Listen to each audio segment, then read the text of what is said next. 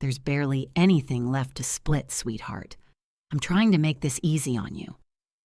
That's what he said, sliding a divorce settlement across the mediation table, calm as a Sunday morning, smiling like he was handing me a menu.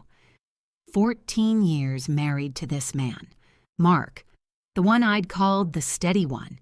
2 incomes, a paid-down mortgage, a retirement we built spoonful by spoonful. And on paper, suddenly, we were nearly broke. He wanted me to sign before I thought too hard. I didn't argue. I didn't cry. I reached into my lap for the slim folder I'd kept flat against me the whole time, because in that folder was a report, 41 pages, 11 months of work by a forensic accountant named Priya. Every transfer dated, every dollar sourced, a tracing diagram of boxes and arrows in the middle of it, impossible to argue with. It named the company in Delaware. He had no idea it existed. He sat there certain that this quiet little room was the safe one, the room where a soft wife signs whatever the steady husband slides across the table. He'd chosen it on purpose. He thought he'd already won. Sit where I can see you. This one matters. I tell this one slow.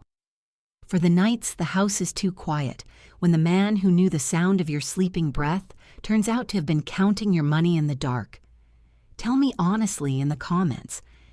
If the person you trusted with the lock to your whole life had been quietly making copies of the key, would your hands have stayed steady when you opened the folder? Mine did. I'll show you how I got them there.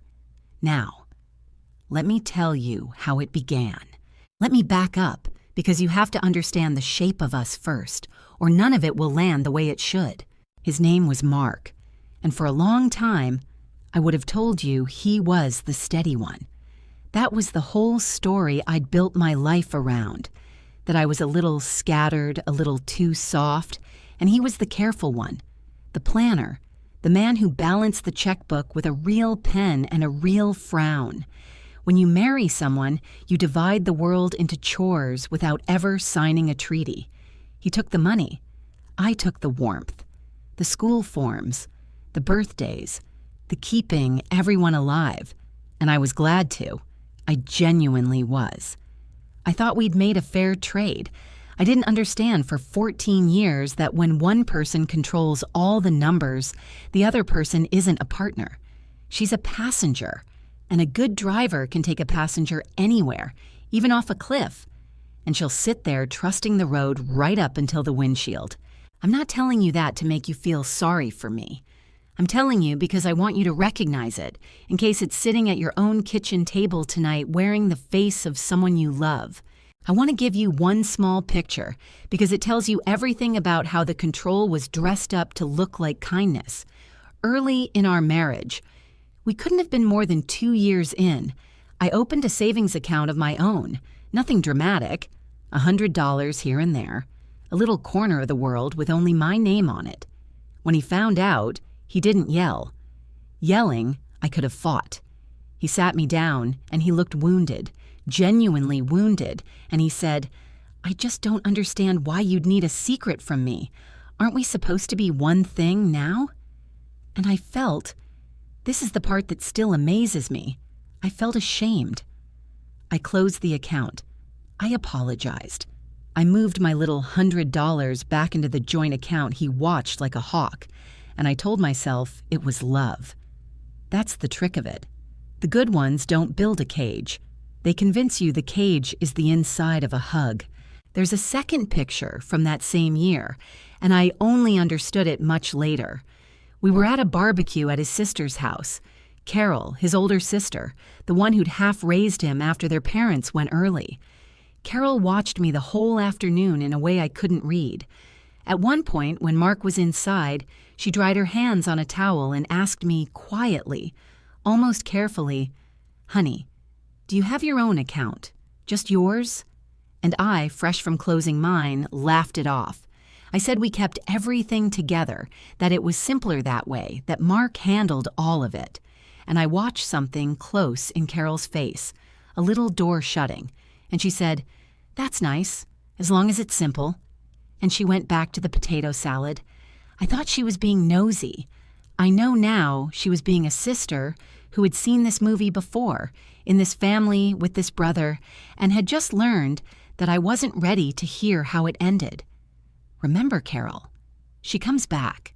So for 14 years, I didn't look at the money, because looking at the money had been quietly framed as an act of distrust.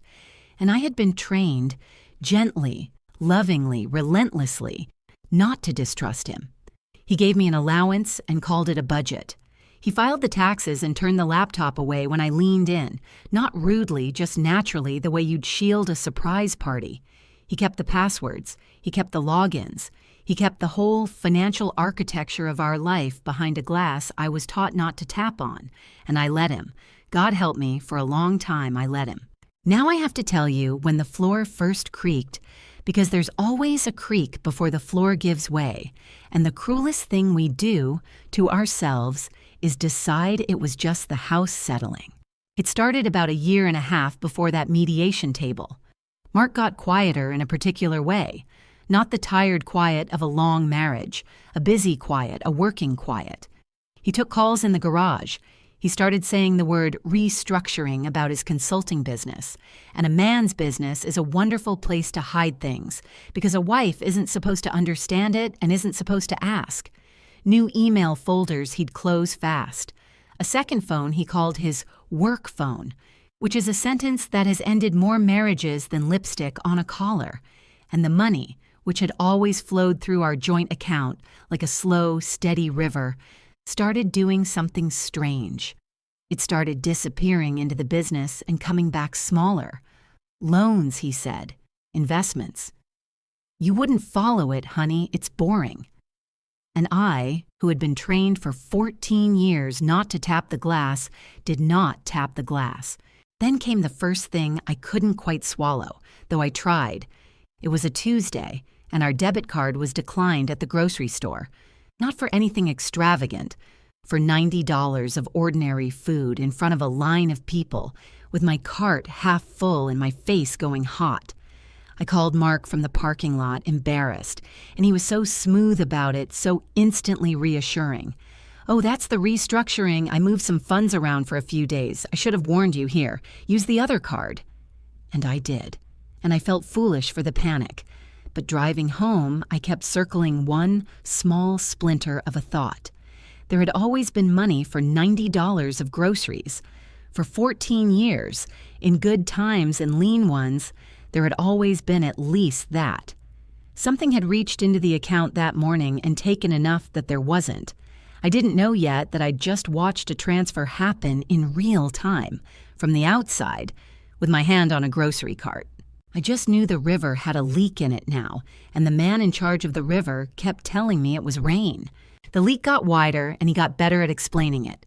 A month later, I noticed our property tax hadn't been paid. I only knew because a notice came, one of the rare pieces of mail that slipped past him. And when I asked, he didn't get defensive. That was the genius of him. He got grateful. He thanked me for catching it, said the business cash flow was a roller coaster this quarter, promised it was temporary, and paid it that night while I watched, so I'd see the problem solved with my own eyes. What I didn't see was where the money came from to solve it, or where it went the next morning. He let me watch the one safe inch of a long, dark hallway and called it transparency. I went to bed reassured. Looking back, the nights I slept best that year were the nights right after he'd let me catch something small. Because a man who lets you catch the small things has perfectly trained you to assume there are no big ones. And the kindness changed shape in that last stretch, which I should have read and didn't. He started complimenting me at strange times, out of nowhere, over dishes. He'd say I looked nice, that he didn't tell me enough how much he appreciated me. I thought it was a man trying. I know now it was a man saying goodbye in advance, the way you're tender to a house you've already decided to sell. He took over little errands he'd never cared about, the ones that touched the mail. I'll grab it. You've had a long day. And I let him, because it looked like love, and a statement from a bank you've never heard of doesn't arrive at your kitchen table if your husband is the one who carries the mail in. He moved a dental appointment because he said the dates were tight that month.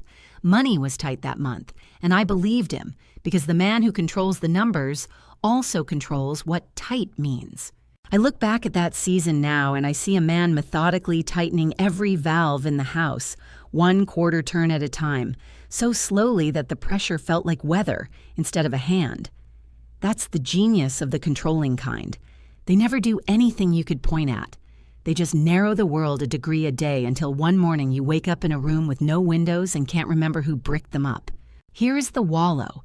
Let me sit in it for a second, because you've earned the truth of it, and so have I. There was a night. I remember it was raining, the kind of rain that makes a house feel like a held breath. When I stood in the hallway outside the garage and I heard him on the phone, low, and I heard him laugh. A soft, private, pleased laugh I did not recognize, a laugh that had nothing to do with me. And every cell in my body knew. It just knew, the way an animal knows weather. And do you know what I did with that knowing? I went back to bed. I pulled the blanket up to my chin, and I told myself I was tired and imagining things, and that a good wife trusts. I lay there next to a man who was, in that exact moment, planning to leave me poor, and I chose not to know, because knowing would have cost me the only story I had about my own life. That's the part I'd take back if I could, not the marriage. The night I heard the laugh and went back to sleep. But the body keeps its own records, even when the mind refuses to. And about a week after that night, something small happened that I didn't go back to sleep through. He left his laptop open. Just once. He'd stepped out to take one of his garage calls, and there it was, glowing on the kitchen counter. And on the screen was a banking page. Not our bank. A bank I'd never heard of, in a state we'd never lived in. And there was a name on the account that was not our name, something flat and corporate. I only saw it for 4 seconds before I heard the garage door and clicked it closed and walked away with my heart going like a rabbit. 4 seconds. But 4 seconds was enough to put a single word into me that I could not get back out. Why? Why would a man who shared everything with me have a bank he never mentioned, in a place we'd never been, under a name that wasn't ours? I want to tell you I confronted him. I didn't. Confronting him would have been the old me, the soft one, the passenger. And confronting a careful man only teaches him to be more careful. He would have looked wounded. He would have said, "Aren't we one thing now?" And I'd have apologized again. No. For the first time in 14 years, I did the thing I'd been trained never to do. I went quiet about something. I made myself, in the smallest way, indispensable to no one, and visible to no one. I started writing down what I'd seen, the bank, the half a name, the date, on a little notepad I kept inside a tampon box, because a controlling man will go through a purse, but he will not go through that. And then the strangest thing happened, the thing that turned a frightened woman into a patient one. Carol called me, his sister. We were friendly but not close. 14 years of holidays, that's all. And she never called just to talk. But that week she called, and she was careful in the same way she'd been careful at that barbecue all those years ago, circling something, testing the water with her toe. She asked how Mark was, how the business was, whether things were all right at home, money-wise. And I, still trained, still loyal, told her everything was fine. There was a silence on the line, and then she said a sentence I have turned over in my mind 1,000 times since. She said, "You know, our father did this to our mother. Whatever this turns out to be, just keep your own copies of things." And before I could ask what she meant, she said she had to go, and she was gone. I stood in my kitchen holding a dead phone, and I understood 2 things at once: that I was not imagining it, and that someone in this family had watched it happen before and lived to warn the next woman. That phone call is the reason I didn't talk myself out of the next part. Carol had handed me, without quite saying it, the permission to look, and then I found Priya. I found her the way you find anyone when you're scared and broke and not sure you're even allowed to be looking. Late at night, on my phone in the bathroom with the fan on so the sound covered me. A forensic accountant. Her website said she helped people who suspected their marital assets were being hidden before a divorce, and reading those words felt like someone turning a light on in a room I'd been told didn't exist. I almost didn't email her. I sat with my thumb over the button for 20 minutes because sending that email meant admitting I was a woman who needed a forensic accountant, and that woman was not the wife I'd agreed to be. Then I thought about the laugh in the garage. I thought about Carol's voice saying, "Keep your own copies of things," and I sent it. Priya was calm in a way that I will be grateful for until the day I die. She didn't tell me he was a monster. She didn't tell me I was a victim. She told me something far more useful. She said, money doesn't lie, and money can't hide. It can only move.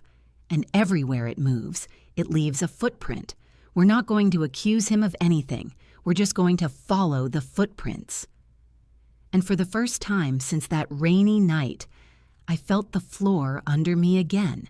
What followed was 11 months, 11 of the quietest, most patient work of my life.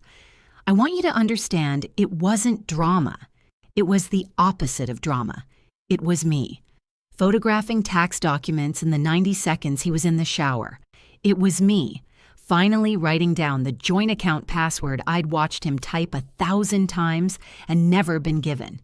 It was me, learning to log in to our own accounts from a library computer because Priya taught me to leave no trail on the house devices. It was me, requesting copies of statements I had every legal right to and had simply been trained never to ask for. There's a particular kind of loneliness in protecting yourself from the person whose chest you used to fall asleep on. I'd lie next to him at night, his breathing slow and trusting, and I'd think about the library computer and the password I'd finally written down and the photographs of tax forms hidden in an album in my phone labeled garden. And I'd feel like a thief in my own marriage. That's the cruelest tax the controllers make you pay. They make the act of saving yourself feel like the betrayal when theirs has been quietly running for years. The work was not smooth. It came in rungs, each one steeper than the last, and I want to take you up them the way I climbed them, because each one taught me something colder about the man I'd slept beside for 14 years. The first rung was the tax returns. Priya asked me to find 3 years of them, and I assumed that would be easy. They were our returns, filed jointly, with my signature on them. But when I finally got into the cloud folder where Mark kept everything, the most recent year wasn't there, just a gap where it should have been. I asked him lightly over coffee whether he had a copy of last year's return for the mortgage refinance paperwork. He didn't even look up. He said he'd handle anything the bank needed directly, that I shouldn't worry my head about it, and I realized, sitting there with my coffee going cold, that the most recent return, the one that would show the most recent damage, was the one document he'd made sure I would never hold. That was the first time the fear turned into something harder. Not panic, resolve. He hadn't just hidden money. He'd hidden the map of where the money went, and he'd done it on purpose, and he'd done it to me. The second rung was worse, because it had my own face on it. Going through the statements Priya had me pull, I found a credit card I didn't know existed, opened in my name. My name, my social security number, my credit, a card I had never seen, never signed for, with a limit high enough to make my stomach drop. He'd run it up and paid it down in cycles, using my credit as a quiet little engine for his restructuring. And if it had ever gone bad, it would have gone bad on me. I sat in that library with the printout in my hands, and I thought I might be sick. It is one thing to learn that a man is moving the marriage out from under you. It is another to learn he's been wearing your name to do it. I called Priya from the library parking lot, my voice shaking for the first and only time in those 11 months, and she said the thing that put the steel back in me. She said, "Good. Write down the account number. That's not just betrayal now. That's fraud with a paper trail. He just handed you a stronger case than he knows. I drove home and made him dinner that night and smiled across the table at a man who'd forged my name onto a credit line, and I have never in my life felt so calm and so far away at the same time. The third rung was the one that nearly broke me and then made me unbreakable. Priya had been tracing transfers out of our brokerage account, the one Mark always said had taken a hit in the market, and she found that the hit was a lie. The market hadn't taken it. He had.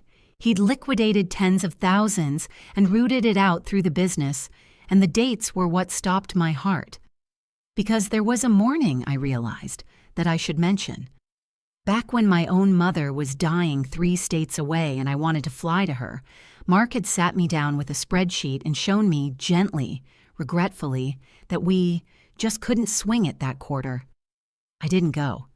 I missed the last week of my mother's life because the man who controlled the numbers told me there weren't enough of them, and the dates in Priya's tracing, the transfers into his box. They'd already started by then. There had been money. There had been plenty of money. He'd simply decided it belonged in his box instead of in a plane ticket to my dying mother.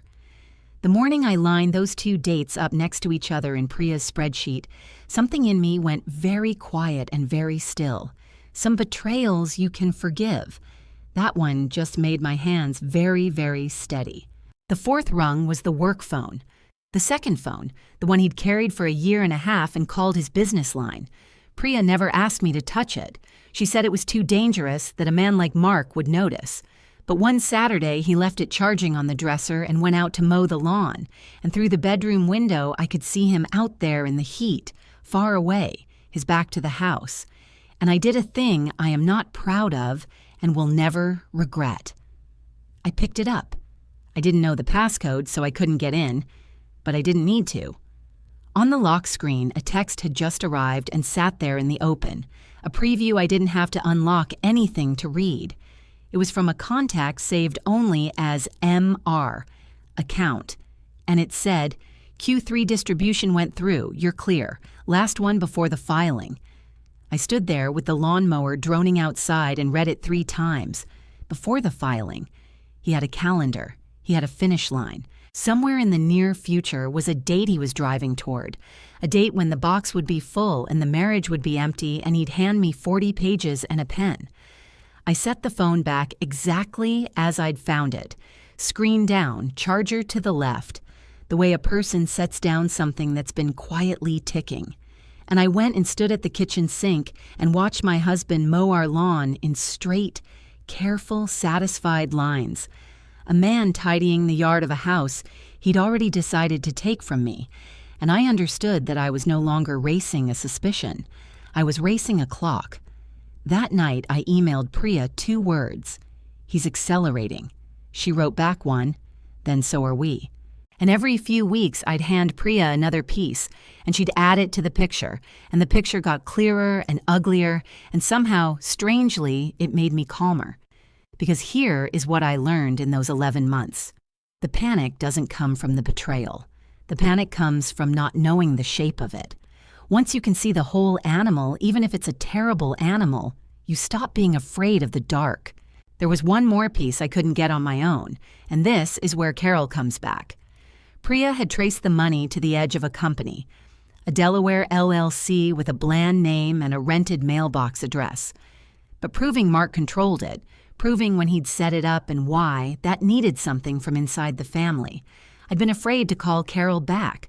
Talking to his sister felt like the one bridge I couldn't uncross. But I thought about keep your own copies of things, and I drove to a coffee shop 2 towns over, and I called her, and I told her the truth. All of it. The bank, the credit card, the box. There was a long silence. And then Carol told me what she'd been circling for 14 years. She said their father had done the exact same thing to their mother. A shell company, a slow draining, a divorce that left their mother with nothing while their father walked away comfortable.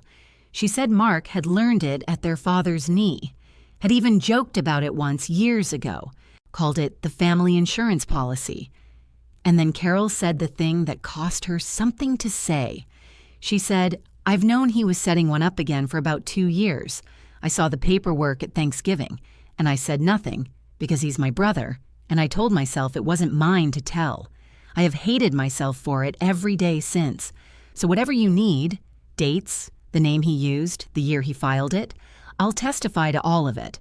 I'm done being loyal to the wrong person." I sat in that coffee shop and I cried for the first time in months. Not for me, but for 2 women a generation apart who'd both been taught that loyalty to the family meant silence, while the family robbed them.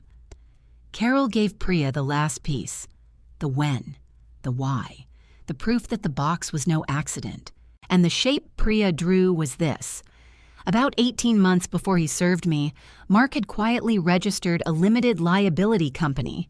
A shell, she called it, an empty box with a bland name and a mailing address that was really just a rented mailbox 3 states away. And then, slowly, carefully, in amounts small enough not to trip an alarm, he'd begun moving the marriage into the box.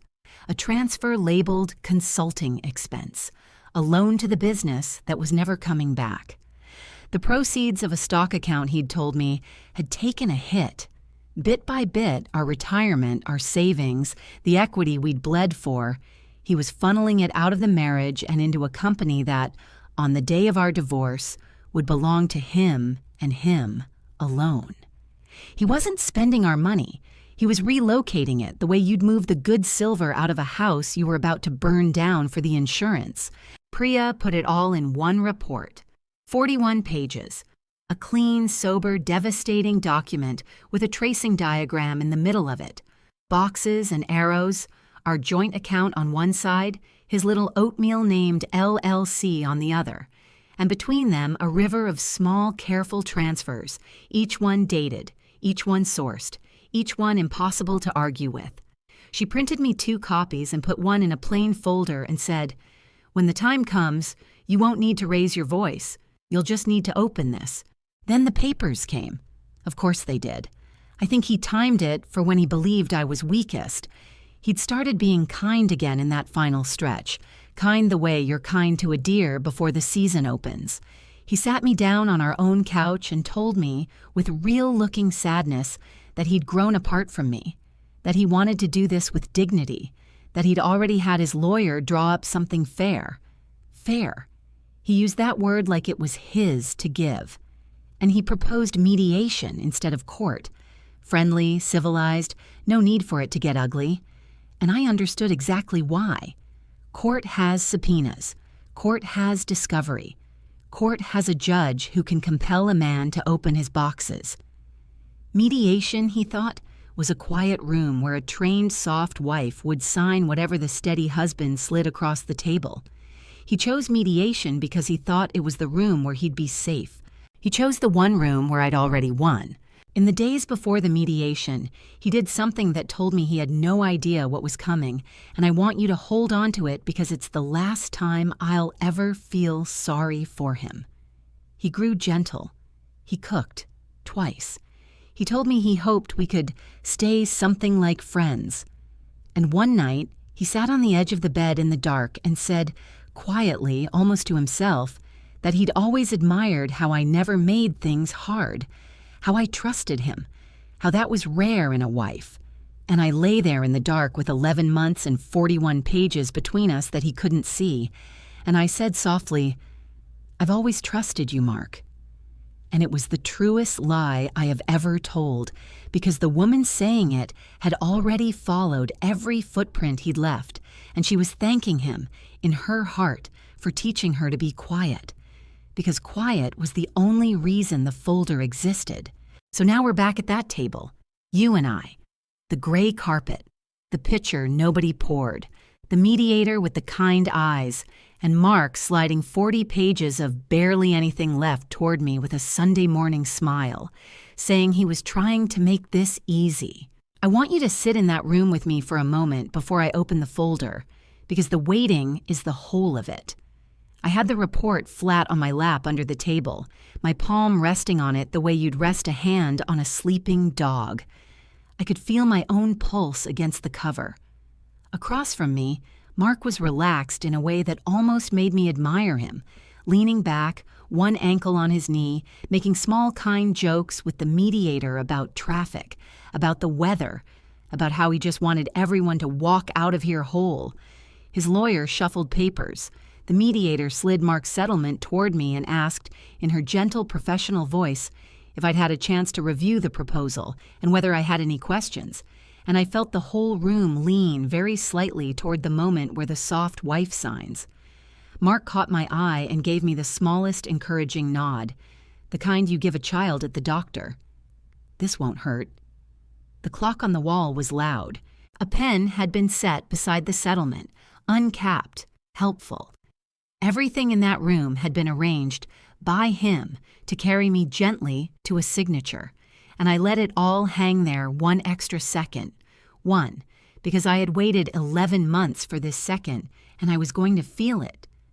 Then I left his settlement lying untouched on the gray carpet's reflection in the table, and I lifted the slim folder off my lap, and I set it down in the middle of the table, square in the light, where the picture's shadow fell.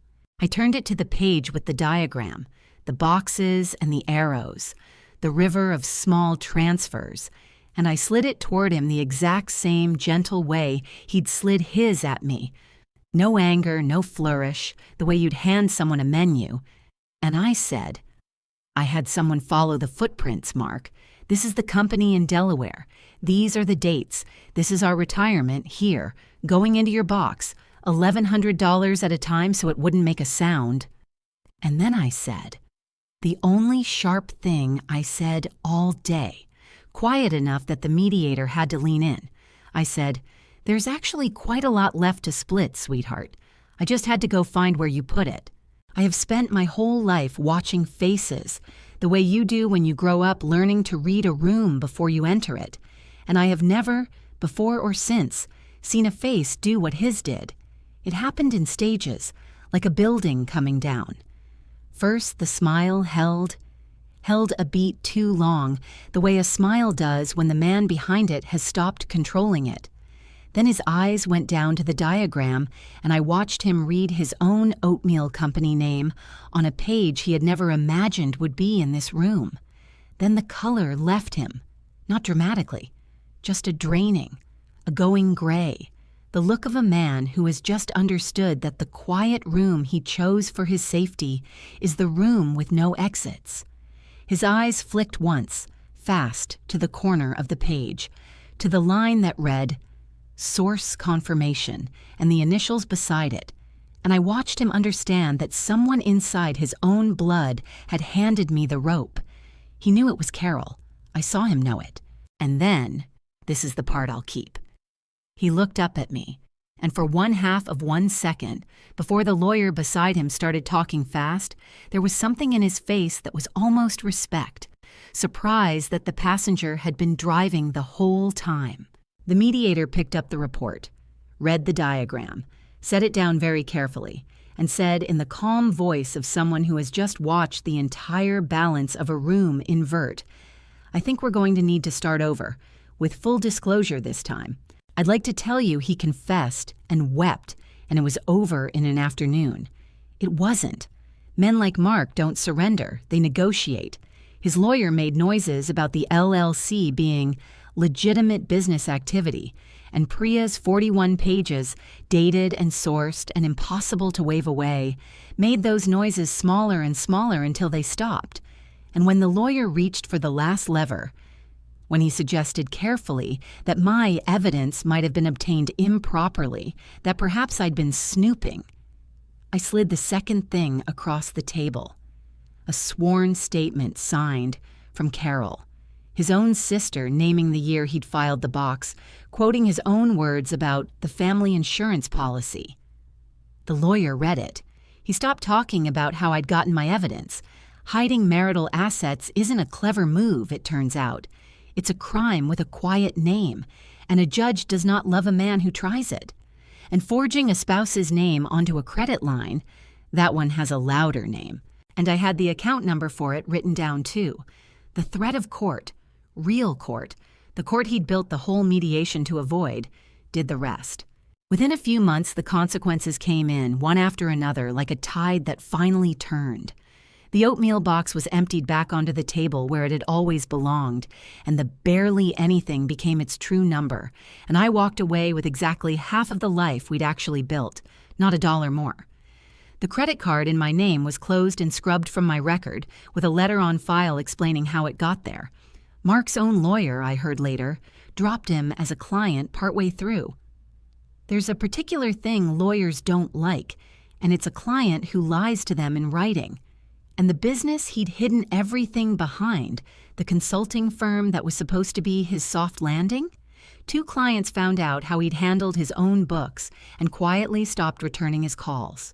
A man who steals from the person who trusts him most does not, it turns out, give off a smell that other people can't eventually catch.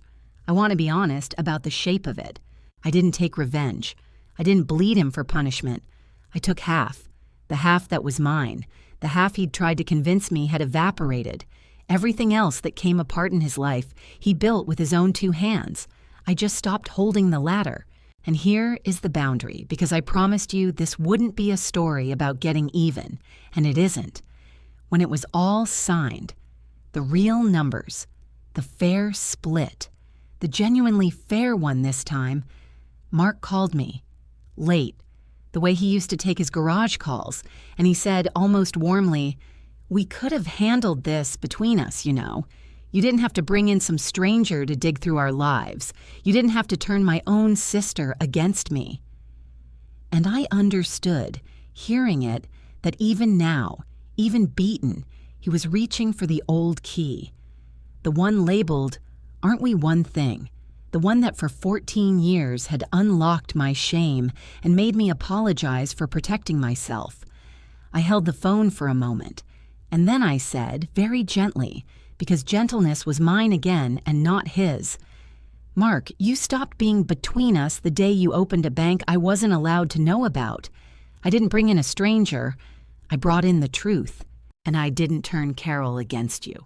You did that yourself 2 Thanksgivings ago, when you showed her the paperwork and asked her to keep your secret. She just got tired of carrying it.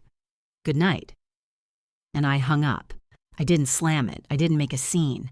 I just closed a door I should have closed years before, and I leaned my back against it in the quiet, and for the first time in a very long time, I could hear my own heartbeat instead of listening for his. Carol and I talk now, more than we ever did when I was married to her brother. She told me, the last time we spoke, that watching me set that folder on the table healed something in her that had been broken since she was a girl, watching her own mother walk away with nothing. She'd been silent for her mother, and silent for 2 years for me, and she said that the day she signed that statement was the day she finally stopped being silent for anyone. 2 women, a generation apart, both taught that loyalty meant looking away, and one folder set down in the light that let us both finally look. That's the thread I want you to hold. Sometimes the person who watched it happen to you is also a person it happened to, and sometimes all they're waiting for is one woman brave enough to go first. I think about that savings account sometimes, the little $100 one I closed 2 years into the marriage, because he looked wounded and asked why I'd need a secret from him. I think about the girl who apologized for wanting a corner of the world with only her name on it. I think about Carol at that barbecue, drying her hands, asking me if I had my own account, and the door that closed in her face when I said no. And I want to go back and sit with both of them, the way I'm sitting here with you, and tell them the thing it took me 14 years and a 41-page report to learn. A secret kept from someone who loves you is a betrayal.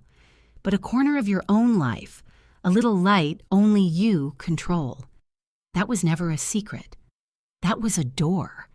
And you are allowed to have doors. So that's the whole of it. The table, the folder, the footprints, the face coming down like a building. I didn't win because I was cruel. I won because I finally stopped going back to sleep when I heard the laugh in the dark, because a sister who'd been silent too long finally found her voice, and because a woman named Priya taught me that money can't hide, it can only move, And everywhere it moves, it leaves a footprint for anyone brave enough to follow it. If you've ever sat across a table from someone who was counting on your softness, I want you to hear me. Quiet is not weak. The steadiest thing in any room is the person who already knows where the bodies are buried and has simply decided not to raise her voice about it yet. You don't have to make a scene. You just have to make a record. Doors, not walls. That's the whole of what I believe now. I didn't build a wall against Mark out of bitterness. I just stopped handing him the only key to my life and kept one for myself. A wall says, I'll never trust again. A door says, I'll choose, from now on, who I open it to. That's not revenge. That's just a grown woman, finally, holding her own keys. So for the nights your house is too quiet, for the nights you're lying there hearing a laugh in the dark and telling yourself it's nothing, let me ask you and tell me honestly in the comments. What's the one number, the one account, the one corner of your own life you've never let yourself look at? You don't have to confront anyone tonight. You just have to stop going back to sleep. There's another story I'll tell you sometime when you're ready for it. About the first holiday after the divorce, the one where Carol set a place for me at her table and not for her own brother. And what their mother, who is still alive, still sharp, still carrying her own 40-year-old version of this same wound, said to me when she took my hand across that table and finally told me what she should have been allowed to keep. That one's about the women a family teaches to look away and what happens the day one of them stops. But that's a chair for another night. For now, pull the blanket up, keep one key for yourself, and leave the porch light on, for you this time. I'll be here,